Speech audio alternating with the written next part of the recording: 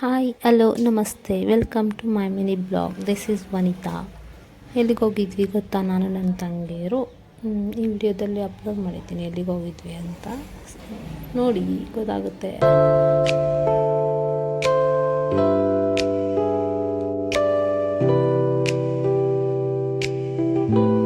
ಮನೆಯಿಂದ ಬಸ್ ಸ್ಟಾಪ್ಗೆ ಹೊರಟೆ ನಾನು ನಮ್ಮ ತಮ್ಮ.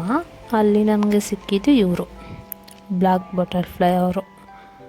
ಅಯ್ಯೋ ಆಚೆ ಹೋಗಕ್ಕೆ ಕೊಡ್ತಾ ಆಡ್ತಾಯಿದ್ರು ಮಾತ್ರ ಪಾಪ.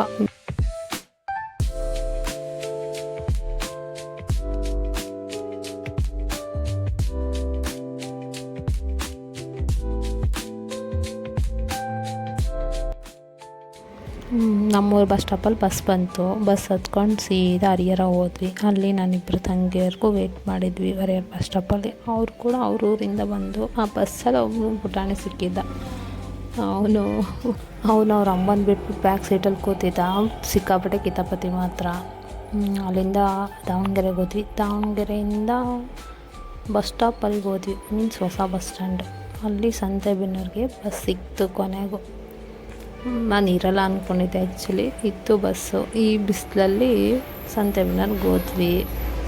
ಅಯ್ಯೋ ಒಂದು ಸೀಟು ಸಿಗಲಿಲ್ಲ ಹೋಗುವಾಗ ಮಾತ್ರ.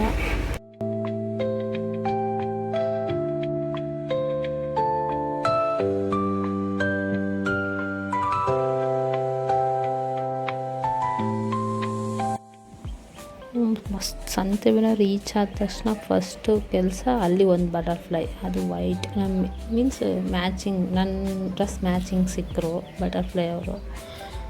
ಅವ್ರನ್ನ ಕ್ಯಾಪ್ಚರ್ ಮಾಡೋದೇ ಆಗೋಯ್ತು ನನ್ನ ಕೆಲಸ. ಆಮೇಲೆ ನನ್ನ ತಂಗಿಯರು ಅಯ್ಯೋ ಬರೀ ಇದೇ ಮಾಡು ನೀನು ಅಂತೆಲ್ಲ ಹೇಳ್ತಾಯಿದ್ರು. ನೀನು ಗೋಡೆ ತೆಗ್ದೆ ಫೋಟೋ, ಅದು ತೆಗ್ದೆ ಇದು ತೆಗ್ದೆ ಅಂದ್ಕೊತಾ ಇರು ಅಂತೇಳಿ ಅಂದು ನೆಕ್ಸ್ಟು ಪುಷ್ಕರ್ಣಿ ನೋಡಿದ್ವಿ.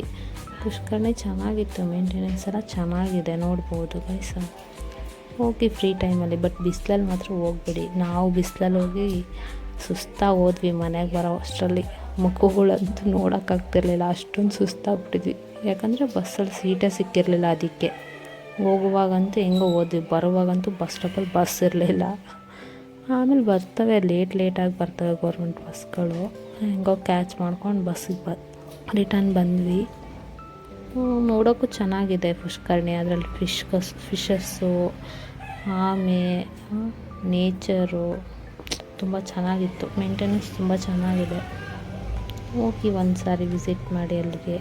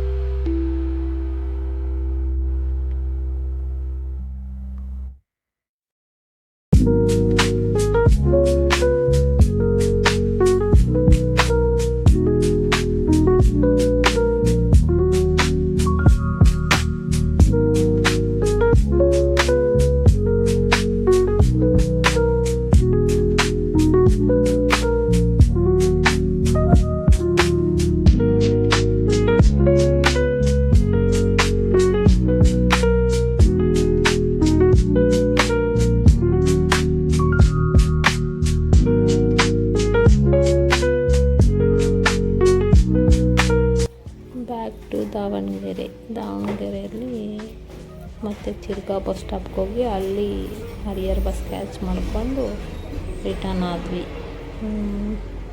Thank you for watching guys. ಮತ್ತೆ ಸಿಗ್ತೀನಿ. ಬಾಯ್ ಬಾಯ್.